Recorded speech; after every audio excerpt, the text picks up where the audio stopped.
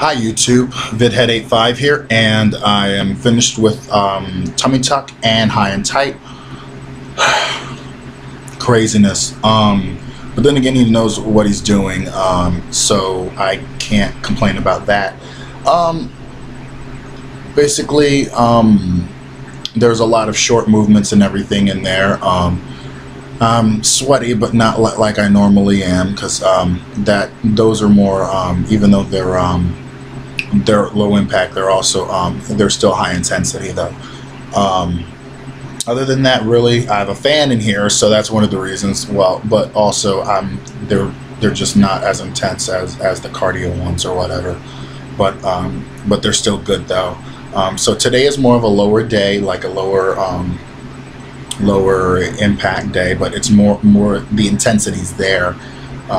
So other than that, really, tomorrow, I think I have one of the cardio ones. I believe that one would be that would be the Cardio Ashe, perhaps. It's one of them. But I'm going to keep on going with the program. I skipped 2 days, but I finished some of it yesterday, and I just want to make sure that I can stay on point with this, because I really want to just like do all this out while it's supposed to be done, rather.